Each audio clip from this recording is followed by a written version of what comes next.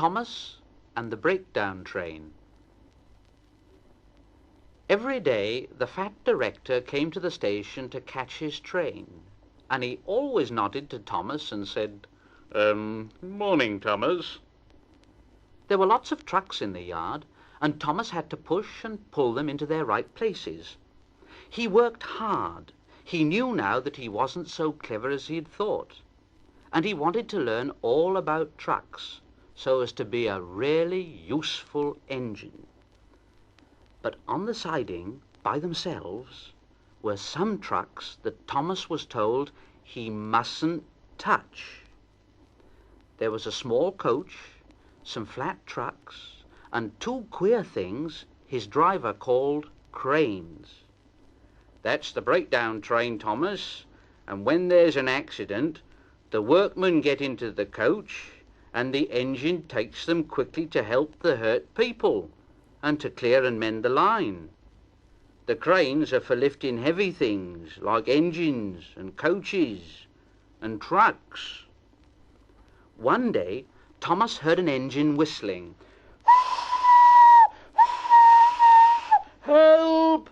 Help!" And a goods train came rushing through very fast. "Help! Help!" The engine, a new one called James, was frightened.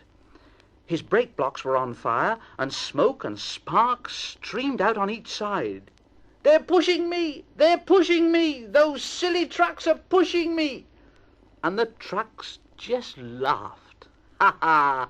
Ha ha! Ba ba ba ba ba! Ha ha! Ba ba ba! Ha ha! Ba ba ba!"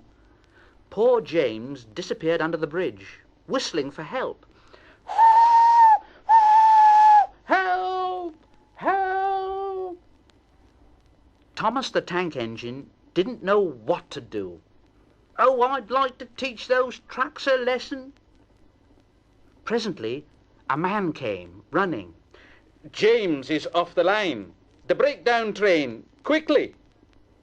So Thomas was coupled on. The workmen jumped into their coach, and off they went.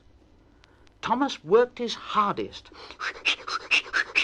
Faster, faster, faster, faster. Oh, bother those trucks and their tricks. I only hope poor James isn't hurt. Faster, faster.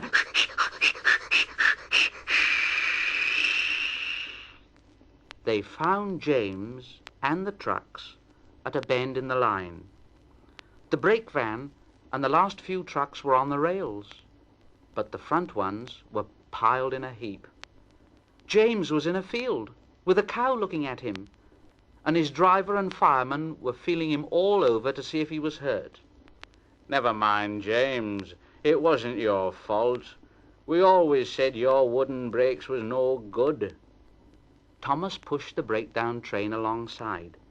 Then he pulled the unhurt trucks out of the way.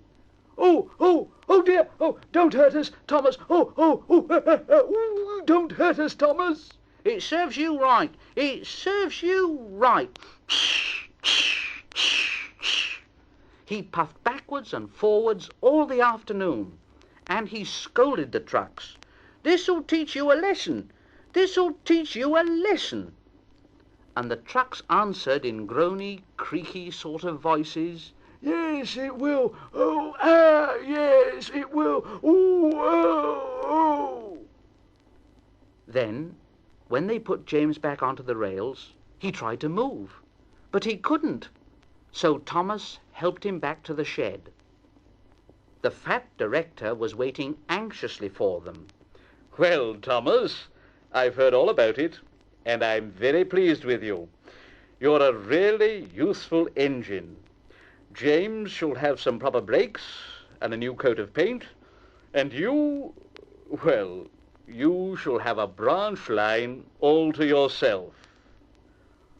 "Oh, sir, thank you." Now Thomas is as happy as can be. He has a branch line all to himself and puffs proudly backwards and forwards with two coaches all day. He's never lonely, because there's always some engine to talk to at the junction. Edward and Henry stop there quite often and tell him the news. Gordon is always in a hurry and doesn't stop, but he never forgets to say to Thomas, and Thomas in return always whistles,